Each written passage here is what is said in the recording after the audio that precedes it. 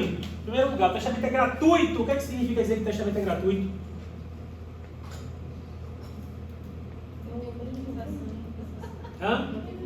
O testador não recebe qualquer contraprestação pelo testamento que ele faz. Ou seja, todo testamento é um ato de liberalidade, é um ato gratuito, porque quem testa, claro, se faz uma disposição patrimonial, deixa algo para alguém e não recebe nada em troca.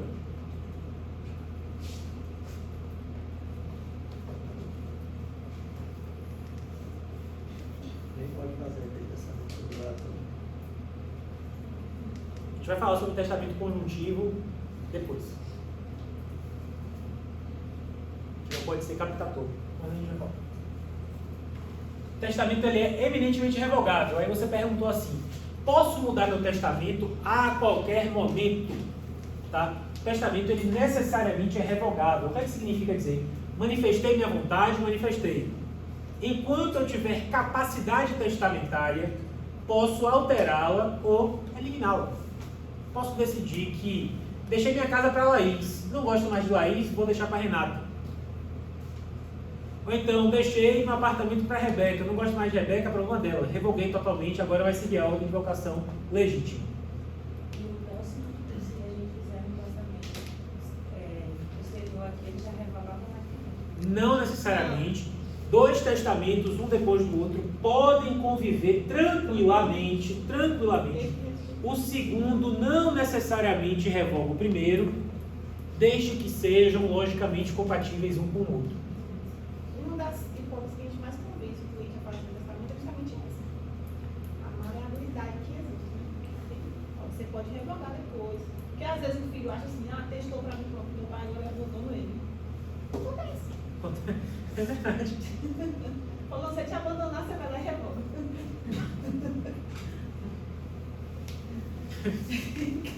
Mas acontece. Ser humano é difícil. Agora, inclusive, eu já vi, mas não tem efeito nenhum, a chamada cláusula derrogatória. O que é cláusula derrogatória?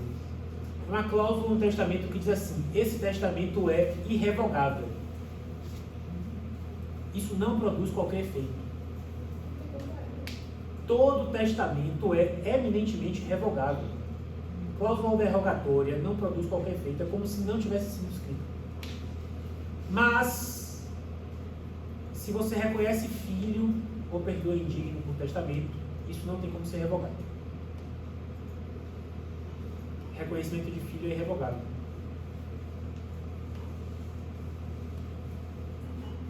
Perdão também. Então, quando ele faz esse reconhecimento do testamento, então, sequer você precisa entrar em afirmação de reconhecimento, só o testamento já é bom. Já serve para você levar no registro civil para reconhecer. Perdão também? E o perdão do indigno. Perdão de dívida é revogável. Irrevogável. Perdão de dívida A de dívida é. revogável. Até mesmo porque só vai produzir efeitos depois que o sujeito morrer. E aí, essa pergunta que você fez é interessante porque foi o seguinte: deixei meu apartamento para Rebeca. Aí o tempo passou, não gosto mais de Rebeca, revoguei aquela disposição, fiz a disposição em favor de Mateus.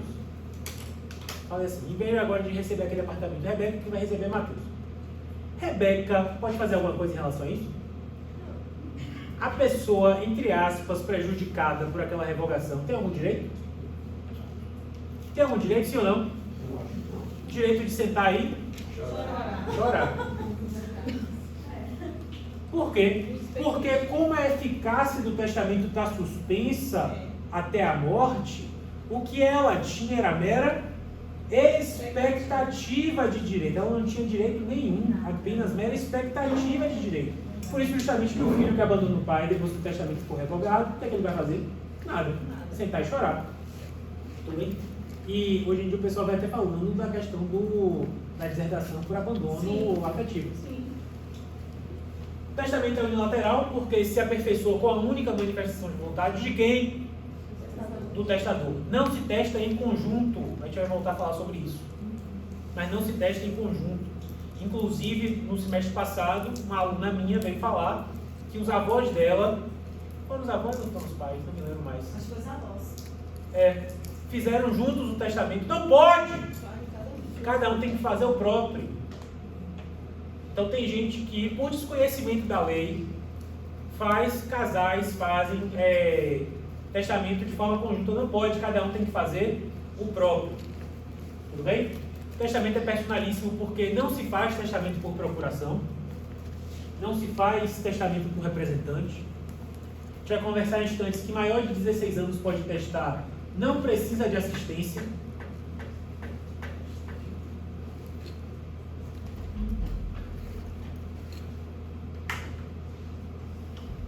Agora, isso não impede que vocês façam o quê?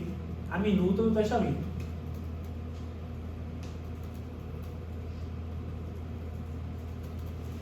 Afinal de contas, a gente está aqui para isso, né? Para ver como fazer o testamento do cliente da gente.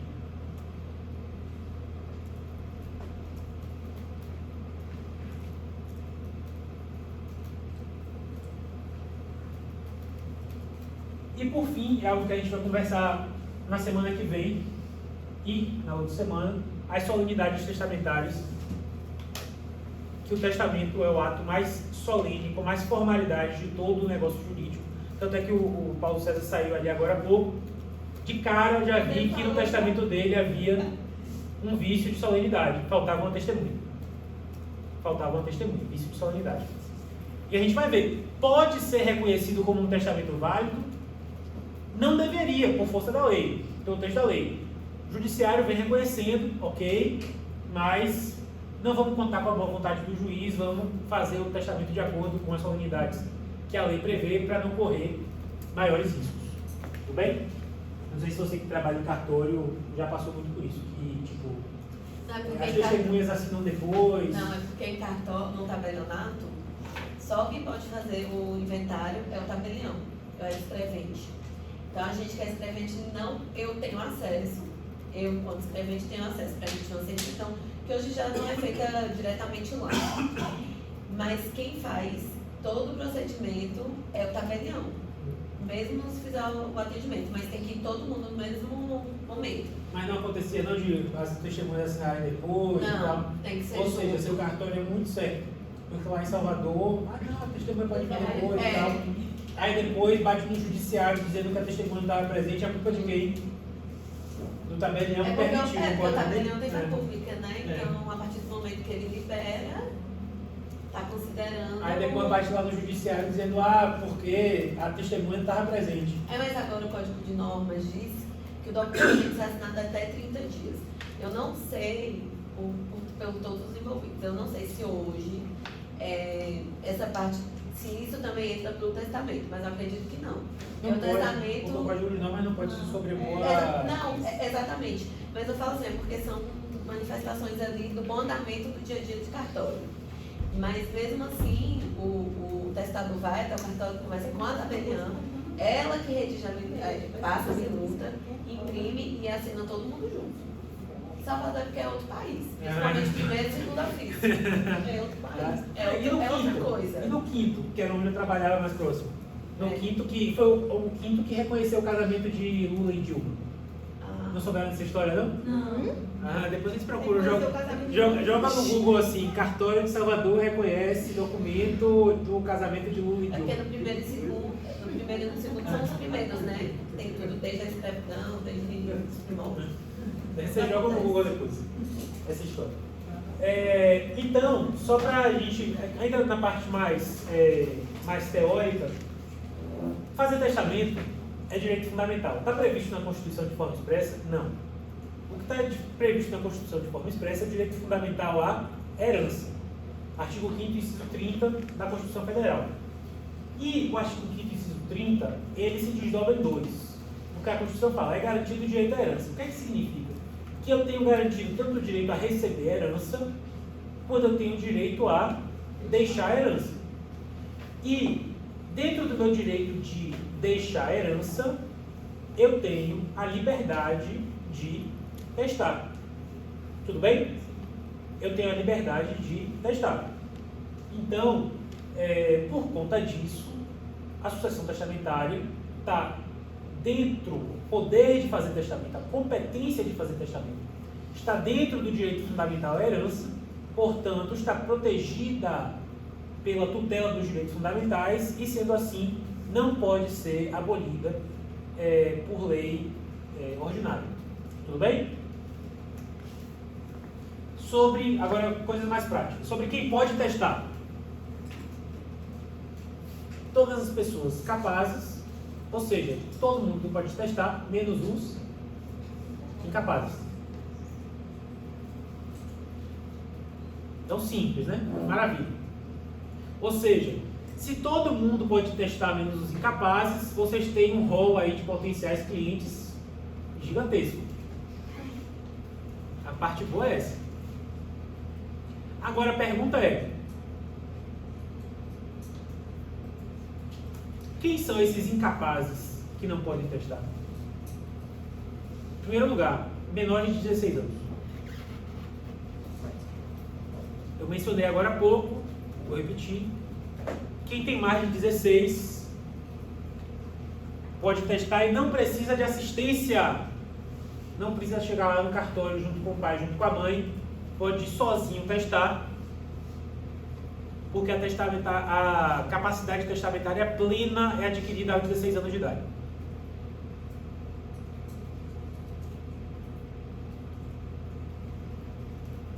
E entre os maiores de 16, também são incapazes de testar aqueles que não têm pleno discernimento.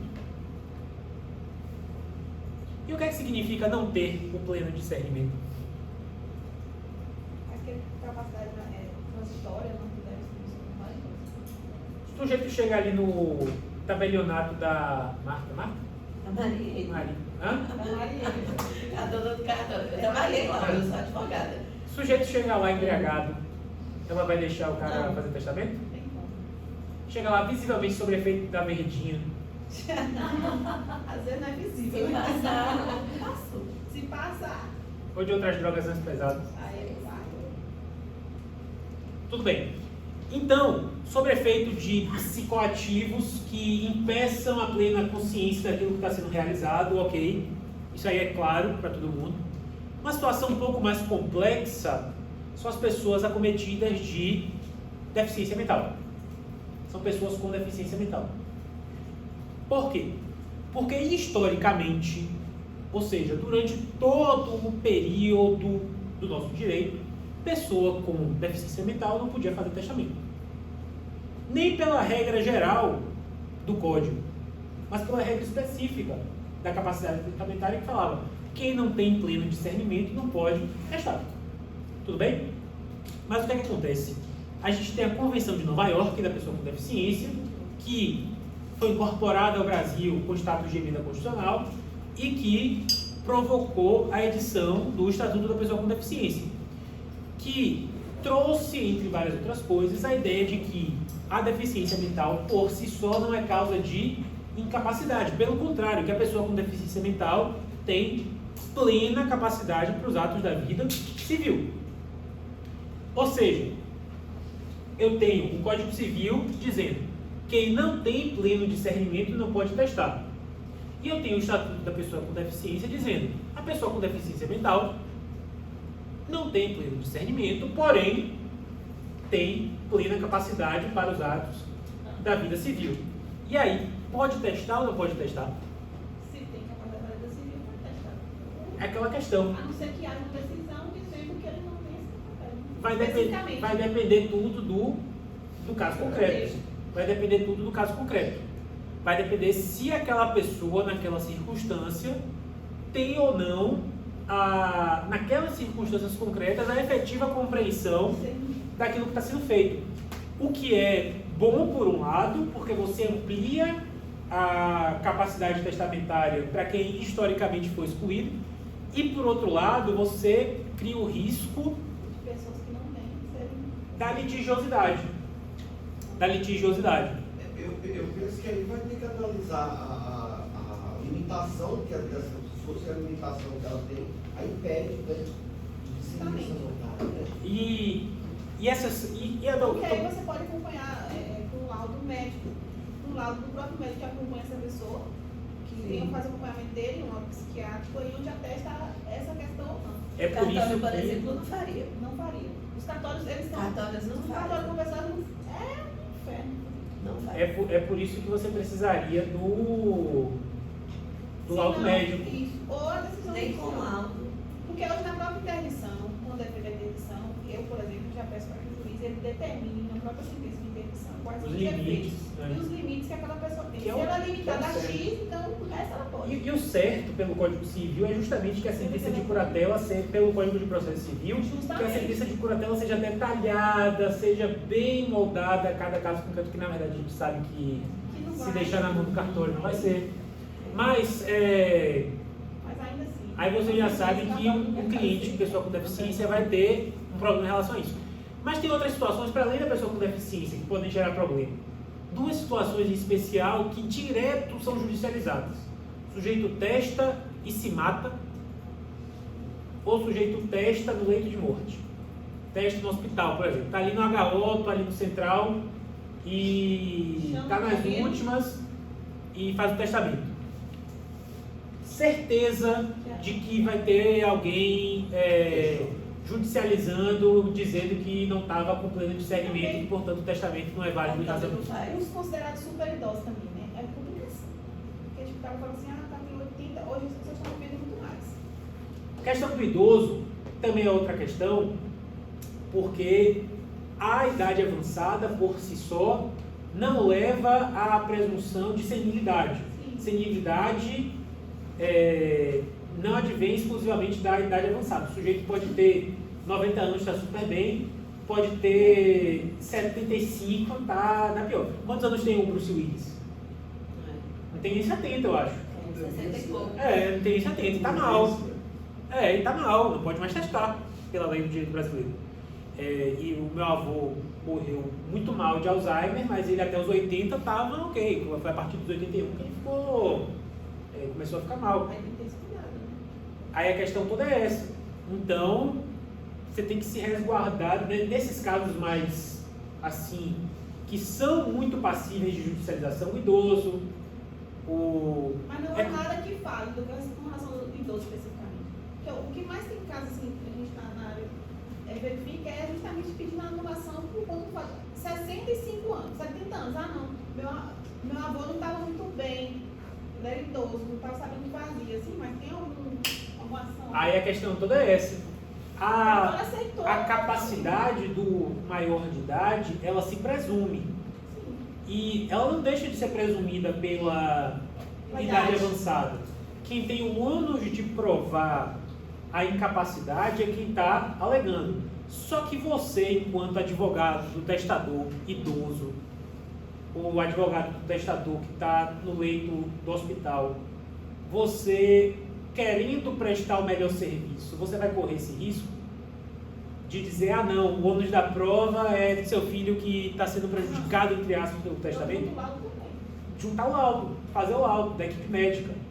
Por quê? Porque direto tem julgado do Superior do Tribunal de Justiça dizendo o seguinte, não, está alegando tal coisa, mas tem lá o laudo médico dizendo que está no pleno gozo das faculdades mentais, e a gente não tem como revisar o laudo médico, porque a gente não pode reanalisar a prova, então vamos fazer que prevaleça o que está dizendo no laudo médico. Mas dificilmente os cartórios fazem. Normalmente no hospital é particular, né? É, São questões de seguros. procuração, essas coisas. Você pode esperar a ação também. Por causa das ações. Porque entra com ação contra E é capaz, contra o cartório também, né? são muito comuns. Se vocês olharem, Tudo eu faço o que eu faço? Eu filmo um momento. Filmo, instrumento probatório. filmo, tiro foto, as testemunhas, tudo. Eu faço um caderninho e já deixo pronto. Porque ainda leva, Perfeito. a discussão existe. Não, aí você pode fazer escritura declaratória, tudo. Não é necessário. Não é necessário, mas eu falo assim, para fins de lá na frente, você pode fazer várias coisas para se preservar. E Mas garanto, sim. é necessário. Por quê? Porque nesses casos, a chance de judicializar é enorme. Não é pouca não, pô. Você joga no site do TJ, questão de anulatória ou declaração de nulidade de testamento? Chove. Aí vocês olham, grande maioria, testador idoso, testador em leito de morte, testador em hospital. Que disse que já estava delirando, já estava nas últimas e que não tinha mais capacidade testamentária porque não tinha mais pleno discernimento. Isso é algo que, na hora de fazer planejamento sucessório, na hora de prestar serviço, que precisa se ligar. Precisa se ligar muito, não é pouco não, é muito. Por quê? Porque não adianta nada fazer o testamento que depois vai ser invalidado porque disse, não, porque de fato o cara estava nas últimas. E a do suicídio é uma situação um pouco mais problemática, porque a menos que o seu cliente vire para você e fale que vai se matar, não, é verdade, você não tem como saber. Não tem como. Você não tem como saber. Quem vai cometer suicídio pode. Você não tem A como pessoa saber. talvez até faz parte do planejamento da pessoa, talvez até. Você não tem como saber. Você não tem como saber que o seu cliente vai se matar. Então você não tem como tomar as medidas necessárias. E há também, claro, não são tão comuns, mas há casos de o sujeito testar e se matar na sequência, e esses testamentos são impugnados. A validade deles é impugnada. Por quê? Porque diz, se o sujeito testou e se matou, significa que ele não estava no pleno gozo das faculdades mentais, consequentemente ele não tinha pleno discernimento, consequentemente não tinha capacidade para fazer o testamento. Isso, na hora de vocês fazerem o auxílio no testamento, vocês não têm muito o que fazer, claro, a menos que vocês saibam que o cara vai se matar. Mas Espera um pouquinho. aí a questão é isso, o suicídio por si só, não leva à presunção da nulidade, né? Não leva à presunção da falta de discernimento, mas é um indício. E aí é algo que em matéria probatória vai haver uma certa dificuldade. Não é porque o cara se matou que o testamento vai ser inválido.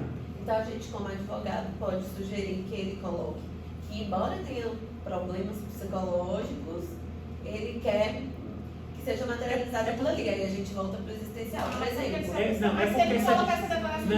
Mas então, é porque todo mundo hoje tem alguma patologia psicológica. Então a gente precisa aceitar. A ansiedade é o mal do século. Não, é porque essa é uma conversa muito difícil de, essa é uma conversa muito difícil de ser com o cliente. Olha, se você está pensando em se matar, Mas não precisa chegar a ser. Mas, por exemplo, você tem algum problema de ansiedade, depressão, alguma coisa desse tipo? Hoje, todo mundo tem. Quem não tem é porque não foi ao médico. Mas todo mundo tem alguma coisinha. Você vai perguntar. Eu perguntaria, meu cliente chega, quero fazer um testamento.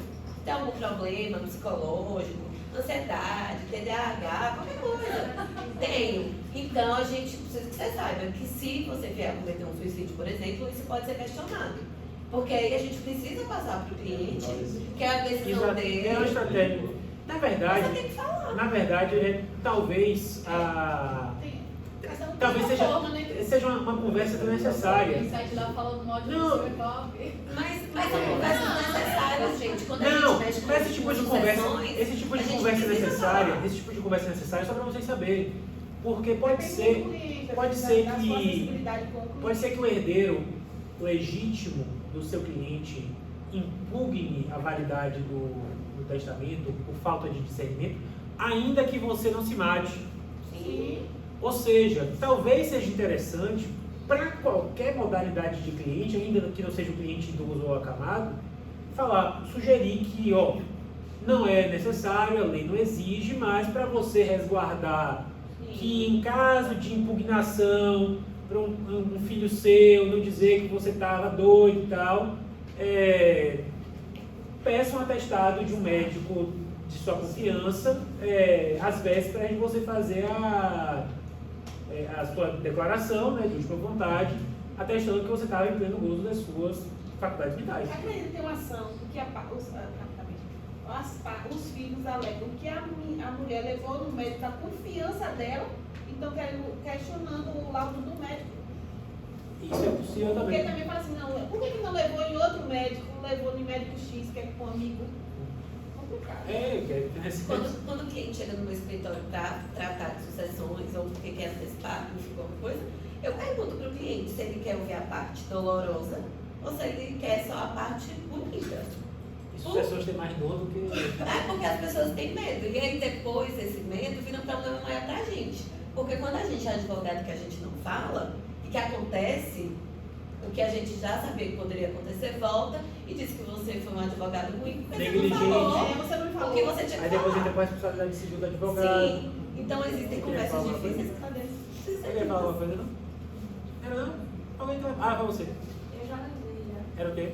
Não, só que o senhor falou aí sobre a legitimidade de alguém poder questionar o testamento. É porque eu fiquei pensando assim, que outras pessoas que não tem nada a ver, elas podem questionar, mas se elas não tem nada a ver, O que falta. Bora lá. Nulidade de testamento é a coisa de ordem pública e, em tese, qualquer um pode alegar. O problema é a falta de interesse processual. É a falta de interesse de agir. No caso de entrar com a declaratória de nulidade. Tudo bem? Eu coloquei aqui perguntando se o pródigo pode testar, porque nada impede que o pródigo teste. Na verdade, como você bem falou, uma pessoa sob curatela, como o pródigo vai estar, por exemplo, pode testar. Qualquer pessoa sob curatela pode testar, vírgula, desde que esteja lá dizendo, na sentença de curatela, quais são os limites dela e que não estão compreendidos nesse limite os poderes de fazer Só que hoje até a testamento. curatela é revista Constantemente. Tudo bem? Eu coloquei aqui intervalos lúcidos porque se a pessoa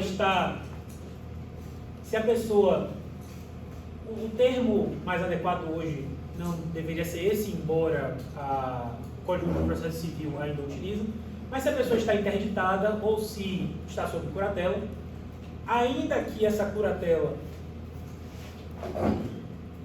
preveja que essa pessoa não tem capacidade testamentária, ou seja, o sujeito está completamente privado da aptidão para a prática dos atos da vida civil, não tem mais capacidade alguma de praticar os atos da vida civil, como o coitado do meu avô estava.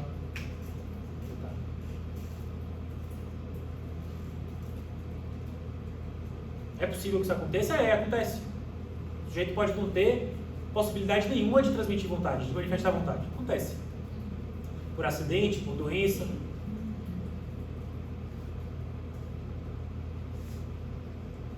E se a pessoa está sob curatela, ela pode ou não pode?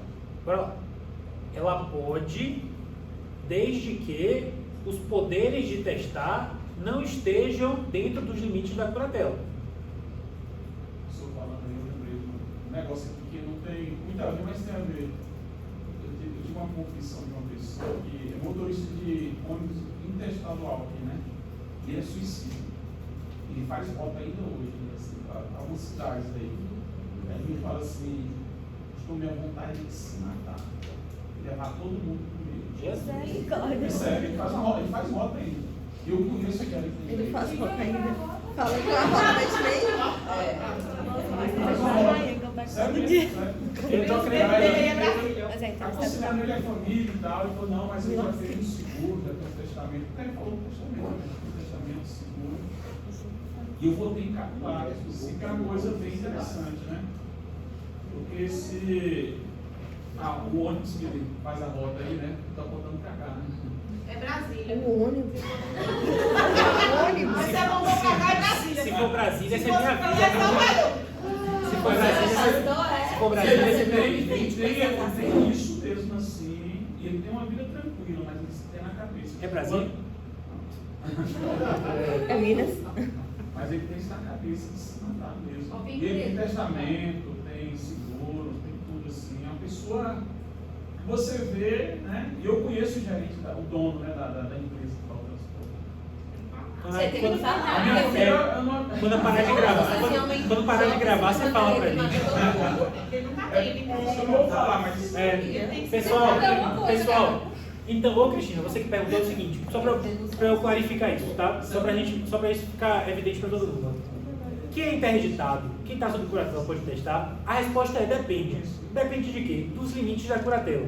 Porque a sentença de curatela pode dizer, essa pessoa tem aptidão para praticar tal ato, tal ato, tal ato. Entre esses atos que ela tem aptidão ainda para praticar, ela pode testar. Nesse caso, a pessoa está curatelada, mas ela pode testar. Ou, por outro lado, a sentença de curatela vai dizer: essa pessoa não tem aptidão para tal ato, nem para testar. Ou seja, tudo vai depender de quê? Depender do que é que diz a sentença de curatela, que tudo vai se defender lá do processo de interdição. Tudo bem? O que é que acontece? Por que eu estou falando isso? Porque se na sentença de curatela estiver lá dizendo que o sujeito não pode testar, ele não pode testar. Isso significa dizer que se num dia o sujeito que está mal, mas num dia ele acorda bem, acorda reconhecendo a mulher, reconhecendo os filhos, ele fala assim: poxa, eu tô me sentindo tranquilo, vamos fazer um testamento. Aí vai e testa. Chega lá, você não vai saber lá do cartório que ele tem uma, não sabe. que ele tem uma sentença de curatela contra ele, em favor dele. Aí ele vai chegar lá, vai chegar no cartório, vai dispor em favor de quem ele quer beneficiar, vai voltar para casa, aí vai morrer um tempo depois. Tudo bem? O que acontece? Esse testamento que ele fez num dia em que ele estava lúcido produzirá efeitos? Em tese, sim, né? O direito brasileiro não admite intervalos lúcidos. Não admite. Se o sujeito foi interditado, está sob curatela. Ele está interditado, né? Não, está interditado, mas teve um dia que ele estava no intervalo lúcido. Sentença. Ele estava bem, ele acordou bem, reconhecendo os filhos, reconhecendo a mulher, estava aparentemente bem. Aproveitaram essa situação: pô, meu pai, minha mãe está bem, vamos levar ele para fazer o testamento. Bora. O direito brasileiro vai dizer: esse testamento não é válido. Por quê? Porque essa pessoa não tem capacidade para testar. Se a sentença de curatela diz que o sujeito não tem aptidão para testar, não tem capacidade para testar, ele não tem, ainda que um dia ele acorde bem. Mas a doença que estava acometendo ele melhorou, ele está curado. Ou então ele se recuperou, a parte dele que tinha sido danificada se regenerou, agora ele está bem. Beleza, o que é que tem que fazer para ele poder testar de novo? Levantar a curatela. Tem que fazer o levantamento da curatela.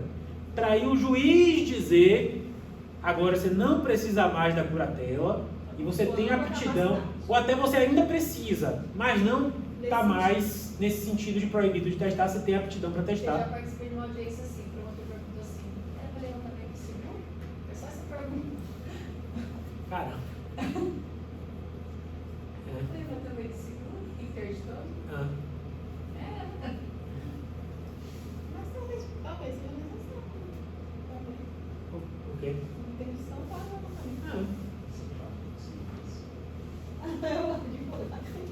Aí depois vai lá e parte do levantamento, o cara direito. Mas é isso aí. Quando é que eu verifico se o sujeito está interditado, não pode testar, mas está bem, vai e testa, esse testamento vai ser o quê? Nulo. Né? Ele não tem capacidade para testar. Tudo bem? Em que momento eu analiso se o sujeito tem ou não capacidade para testar? Na hora de testar. Tá? Na hora de fazer o testamento. É irrelevante no momento da morte. Ele também, se posteriormente ele tem uma incapacidade de testamento, como é? Perfeito. A relevância da capacidade é o ato de testar. A relevância da capacidade é o ato de testar. Ou seja, não importa se o sujeito era incapaz quando testou e depois ficou capaz. O que é que isso significa? O sujeito, quando testou, era incapaz. O cara está interditado, teve um intervalo lúcido, acordou bem, reconheceu os filhos, reconheceu todo mundo, foi no cartório, testou, mas ainda estava interditado. Voltou para casa. Esse testamento é o quê? Nulo. Mas o que acontece? Passou o tempo, aí ele voltou a acordar bem, foi melhorando. Aí a família falou: quer saber, não precisamos mais da curatela. Foi e levantou a curatela 2 anos depois. Ou seja, fez o levantamento da curatela, aquele sujeito se tornou capaz. E aquele testamento que ele fez lá atrás? Continua nulo. Por quê? porque o momento em que eu analiso capacidade é o momento em que ele fez o testamento.